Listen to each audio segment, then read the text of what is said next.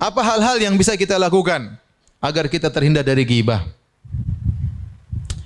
Bagaimana kiat-kiat agar kita terhindar daripada ghibah? Kiat yang pertama, ibu yang dirahmati Allah Subhanahu wa taala, jangan buang-buang waktu kita sia-sia. Biasanya kita sibuk menggibah orang karena kelebihan waktu. Maka manfaatkan waktu kita dengan sebaik-baiknya. Kata Nabi SAW, min husni islamil mar'i tarkuhu ma la ya'ni. Di antara keelokan Islam seorang meninggalkan yang bukan urusannya. Nah, kita dalam kehidupan ini banyak urusan privasi kita yang harus kita kerjakan. Saya misalnya, saya punya urusan dengan ibu saya. Saya harus berbakti sama ibu saya. Bapak saya sudah meninggal dunia. Saya harus ngurusin istri saya. Saya mendidik istri saya, banyak keperluannya, ya. Kemudian saya harus ngurus anak-anak saya. Anak-anak saya sudah 5. Masing-masing harus diperhatikan dengan spesifik. Yang sudah usia 16 tahun beda dengan yang usia 14 tahun, yang beda dengan usia 11 tahun, beda dengan usia 8 tahun, beda usia 5 tahun. Masing-masing harus punya hak untuk saya tunaikan, harus saya perhatikan. Saya punya kegiatan dakwah. Saya punya kegiatan menulis. Ini saya bicara tentang diri saya, ya. Maka seorang sibuk dengan privasinya. Makanya Rasulullah SAW pernah mengingatkan akan timbul fitnah. Kemudian Nabi memberi solusi, kata Nabi SAW, alaika bi khosati amrik. Maka hendaknya engkau sibuk dengan urusan privasimu. Nah, ibu-ibu privasinya banyak. Ibu harus ngurus suami, ngurus anak-anak, banyak. Kapan berbakti sama orang tua, kapan kita mau ngaji Al-Quran, kapan kita mau catat, kapan, banyak. Privasi kita ini banyak. Dengan kita tersibukkan dengan perkara yang bermanfaat, kita akan terkurang daripada ghibah dan yang lainnya. Ini yang pertama. Ya. Ya. Yang kedua, hilangkan penyakit kepo, ya. Awal yang mengantarkan kepada ghibah adalah kepo. Makanya Allah Subhanahu wa taala sebut dalam Al-Qur'an, "Wala tajassasu wala yaktab ba'dukum ba'dha." Jangan kalian tajassus, pengin tahu cari-cari kesalahan orang, wala yaktab, dan jangan kalian berbuat ghibah. Ini seakan-akan menunjukkan tajassus, cari-cari tahu kesalahan orang, mengantarkan orang pada apa? Ghibah. Anti harusnya berterima kasih, bersyukur kepada Allah kalau aib orang tidak anti ketahui. Kita hidup lebih tenang, ya akhi, ya ikhwan, ya akhwat, ya ummahat. Kalau kita tidak tahu aib orang, kita hidup lebih tentram. Kita lebih tentram. Betapa banyak orang datang ke saya mau cerita, saya bilang jangan cerita, saya enggak mau dengar. Saya enggak mau dengar. Kemudian ada ibu-ibu datang kepada saya sama istri saya. Ustaz, ini ada cerita tentang, enggak, saya enggak mau dengar. Saya mau cerita versi saya, enggak, saya enggak mau dengar. Istri saya juga bilang, enggak, sudah enggak usah. Tapi saya mau cerita, enggak mau dengar. Apa faedahnya? Saya enggak mau dengar. Dengar, kita akhirnya tahu kesalahan orang. Kalau udah tahu kesalahan orang, akhirnya kita gatal pengen cerita sama orang. Tapi kalau kita enggak kepo, kita selamat dari ghibah. Kapan kita terjun dalam ghibah, kita kepo. Ya. Tajassus itu mencari-cari berita orang dengan melihat. Tahasus, kata Rasulullah SAW, la tajassasu wa la tahassasu. Jangan cari-cari kesalahan orang dengan melihat, dan jangan cari-cari tahu orang dengan mendengar. Gimana si fulan, gimana? Oh, gimana ininya? Mulai dengar-dengar. Mulai lihat sana, lihat sini. Buka akun Instagramnya. Apa sih yang dia posting sih? No kan. Nah, gitu mereka. Pantesan. Nah, ibu-ibu apa lagi kan? Nah, itu namanya tajassus. Nanti buka Instagram, masa foto dia tidak berjilbab masih dimasukkan dalam Instagram? Nah, kan akhirnya kita ghibah. Kalau kesalahan itu depan mata kita, kita tegur. Tapi kalau ke depan mata kita, tidak diwajibkan kita untuk mengetahui kesalahan tersebut. Yang buat kita terjun dalam ghibah, kenapa? Karena kita sibuk dengan medsos, cari-cari tahu berita tentang orang. Masih banyak yang belum kita baca, cerita tentang Abu Bakar radhiyallahu anhu, tentang Umar radhiyallahu anhu, tentang Ummahatul Mukminin, tentang Aisyah, tentang Hafsah. Kita enggak tahu sejarah mereka. Tentang ulama-ulama bagaimana, kita enggak tahu sejarah mereka. Quran enggak pernah kita baca, tafsirnya enggak pernah kita baca. Kita hanya baca sampah tiap hari. Sampah tentang artis ini, tentang artis anu, tentang ini, tentang anu, sampah yang tidak ada manfaatnya buat kita di dunia maupun di akhirat. Hanya tahu tentang kejelekan orang, hanya kita jadi bahan omongan, ghibah, namimah, dan yang lainnya. Ya. Penyakit kepo ini sudah diingatkan oleh para ulama dari dulu, namanya fudul. Adanya fudulun nazar. Kepo dengan melihat, masuk rumah orang misalnya. Itu namanya kepo. Ya. Itu sudah diingat oleh para ulama dahulu. Nggak boleh. Nggak boleh. Tapi masuk keperluan, masuk aja sudah. Masuk, ketemu tamu, selesai. Nggak usah lihat sana, lihat sini. Khawatir nanti kalau kita sering kepo, ada hal yang haram kita lihat. Tahu-tahu, ternyata istrinya mungkin lagi di mana, lagi terbuka rambutnya misalnya atau apa. Akhirnya gara-gara kebanyakan apa? Melihat yang tidak perlu. Sama kebanyakan mendengar yang tidak perlu. Gimana sih? Ada orang dua ngobrol, nimbrung ya, ngobrol apa? Nimbrung, nanti baca Quran sana. Ini bikin kita akhirnya terjun dalam ghibah. Seperti itu. Jadi kurangi kepo.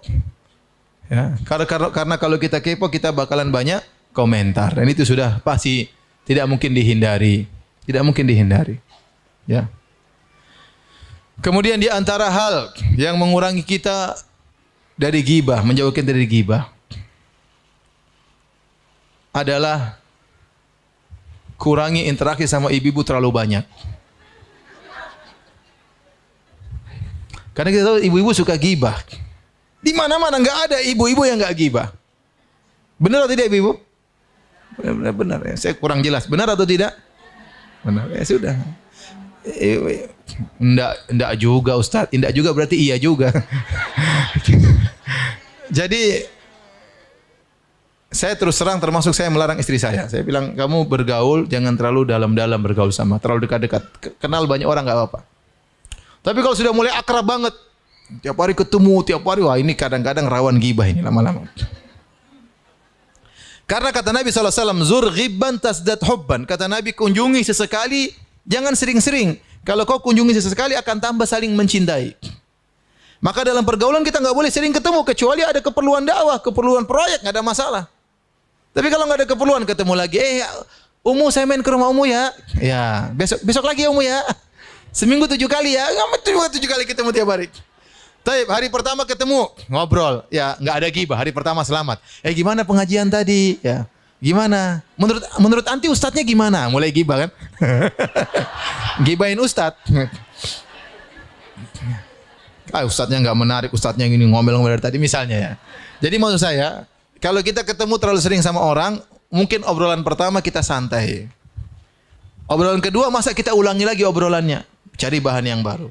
Pertemuan ketiga mulai habis bahan kita ini. Mulai cerita, gimana suami anti ya? Mulai ghibah suami. Nanti gimana tetangga anti? Gimana? Mulai ghibahin orang. Kenapa terlalu banyak interaksi? Ini berlaku bagi laki-laki maupun perempuan. Dan betapa banyak orang akhirnya bermusuhan gara-gara terlalu mencintai kawannya. Ibu-ibu ini sudah sering terjadi. Tadinya dekat-dekat sekali tahu-tahu musuh-musuhan. Luar biasa. Kedekatan yang begitu namanya dia bersahabat bukan karena Allah tapi karena syahwat berlebih-lebihan. Dan itu terjadi. Saya sering dengar itu kasus seperti itu. Akhirnya datang cerita ustaz gini, dulu dekat banget. Sekarang kayak Tom and Jerry udah ketemu. Udah. Ya Allah, kenapa? Berlebih-lebihan dalam pergaulan. Kita sayang sama seorang, tapi ingat ibu-ibu punya kewajiban ngurus suami, ngurus anak-anak, harus gimana berbakti sama orang tua. Kadang kita berlebihan sama kawan kita, ini kita melalaikan kewajiban kita. Ya. Kemudian akhirnya kita terjerumus dalam banyak pembicaraan. Ya. Yang berikutnya, agar kita terhindar dari ghibah. Kalau kita tahu ada seorang ibu-ibu yang mulutnya ember, suka ghibah, jauhi ember tersebut. Jauh. Jangan dekat-dekat. Karena kita akan terpengaruh. Ya, kita akan terpengaruh. Ya. Kalau kita sering dengar orang maki misalnya anjing, babi, kita akan terpengaruh lisan kita. Kalau kita sering bergaul sama orang yang ghibah jadi biasa, kita akhirnya ikut apa? Menggibah. Jangan. Kita tahu dia suka ghibah, kita jangan ngobrol sama dia. Ya udah. Jangan ngobrol sama dia. Ketahuilah ibu-ibu, kalau ada orang datang menggibah orang lain di hadapan ibu-ibu, suatu saat dia akan menggibahi ibu-ibu di depan orang lain. Ingat itu. Kalau mulai gibah, afan. Saya enggak, ini kayaknya gibah ya. Afan. Saya enggak mau dengar. Bukan, oh iya ya, masa? Terus gimana? Udah. Terus gimana? Oh saya baru tahu. Masya Allah. Ya repot. Akhirnya gibah terus. Kalau kita tahu ada orang suka gibah, kita tegur dia. Kalau bisa kita tegur dia. Kalau enggak, kita jangan bergaul sama dia. Entah dia mau ngomongin apa, kita tahu lisannya kotor, jangan duduk sama dia. Ngomong terserah dia bilang kita ente sombong, anti sombong, biarin aja daripada agama kita rusak. Cari teman yang baik, yang jaga lisan, tidak suka menceritakan kejelekan orang lain, ya. Tidak mau menceritakan ke orang lain, yang aman, yang jaga rahasia, ya. Yang jaga rahasia. Istri saya kadang-kadang dicurhati sama sebagian ibu-ibu. Kemudian istri saya cerita, Abi, bagaimana hukumnya gini? Ada orang di sana, Bi, di kompleks ini gini-gini. Saya kepo, siapa? Istri saya nggak pernah cerita, nggak mau. Kan biar Abi tahu, biar Abi bisa kasih fatwa yang tepat, nggak mau. Istri saya tidak terpancing ya. Tapi maksud saya, ya begitu, harus begitu. Kita sama suami istri saling menasihati, jangan Abi, ini ghibah, saya nggak mau cerita. Ya. Jadi harus saling menasihati. Kalau kita tahu ada orang yang tidak bisa menjaga lisannya, maka hendaknya kita hindari. Ya. Kemudian yang terakhir agar kita bisa terhindar dari ghibah, berdoa kepada Allah Subhanahu wa taala. Ya. Kita mengatakan Allahumma saddid lisani. Ya Allah, luruskan lisanku. Ya. Allahumma saddid lisani, luruskanlah lisanku. Agar kita tidak ngomong sembarangan. Zaman sekarang ini zaman komentar. Ibu-ibu bisa lihatlah, sekarang semua orang bisa ngomong. Karena ada medsos, semua orang bisa berbicara, semua orang bisa berekspresi. Wanita di kampung saja bisa masuk Instagram berekspresi. Di mana-mana, anak kecil, orang tua, kakek-kakek, nenek-nenek, orang gila, orang sinting, semuanya bisa rekam, masukkan ke Instagram. Bisa masukkan ke Facebook, semuanya bisa tahu-tahu viral. Sekarang ngomong seenaknya orang ngomong ini, tidak ada yang bisa mengekang lisan mereka. Bicara tentang agama, bicara tentang Tuhan, bicara tentang semua jadi omongan. Tidak ada yang bisa mengekang. Apalagi kalau dia punya kekuatan, dia punya power, dia punya masa, dia ngomong seenaknya. Dia tidak tahu bahwasanya lisan ini sangat mudah menjerumuskan orang dalam neraka jahanam. Inna rajula la yatakallam bi kalimatin la yulqi laha balan yahwi biha fin nari sab'ina kharifah. Kata Nabi SAW, sungguh seorang mengucapkan satu kata-kata, dia tidak pedulikan kata-kata tersebut, ternyata membuat dia terjerumus dalam neraka jahanam, ya, sangat dalam, ya. Gara-gara satu perkataan. Maka perbanyak doa, ya, agar lisan kita dijauhkan dari dari ghibah. Sibuk banyak baca Al-Quran. Kalau anti banyak baca Al-Quran, anti akan terjauhkan dari dari ghibah. Tapi kalau kita jauh dari Al-Quran, jauh dari hadis-hadis Nabi, jauh dari ta'lim, apa yang kesibukan enggak ada, akhirnya mulai ngerumpi kanan, ngerumpi kini, ya, kemudian bertemu dengan orang yang tidak benar, tidak terasa tiap hari kita kemudian mengumpulkan dosa-dosa ghibah. Dan ingat, kalau kita melakukan ghibah, maka suatu hari kita ghibah orang tersebut, kita bertemu dengan dia pada hari kiamat kelak, maka dia akan mengambil pahala kita. Tidak bisa kita membalas apa yang kita lakukan kepada dia kecuali dengan mentransfer pahala yang sudah kita dapatkan kepada dia pada hari kiamat. Makanya ada seorang ulama berkata, sungguh aneh seseorang, pagi hari dia, malam hari dia kumpulkan pahala sebanyak-banyaknya. Malam hari dia solat malam, pada subuh kemudian dia zikir, dia baca Quran, kemudian siang-siang dia bagi-bagi pahala. Dia ghibah si fulan, dia transfer pahalanya. Dia ghibah si fulan, dia transfer pahalanya. Dia ghibah si fulan, dia transfer pahalanya. Kasihan orang seperti ini.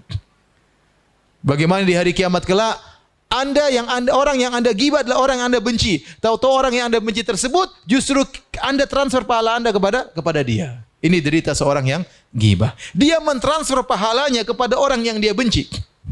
Yang dia ghibah tersebut, ya. Yang dia ghibah tersebut. Maka hati-hati seorang, terutama ibu-ibu, jaga lisannya, jaga pergaulan. Kalau ada ghibah maka tahan lisan, ya. Ya.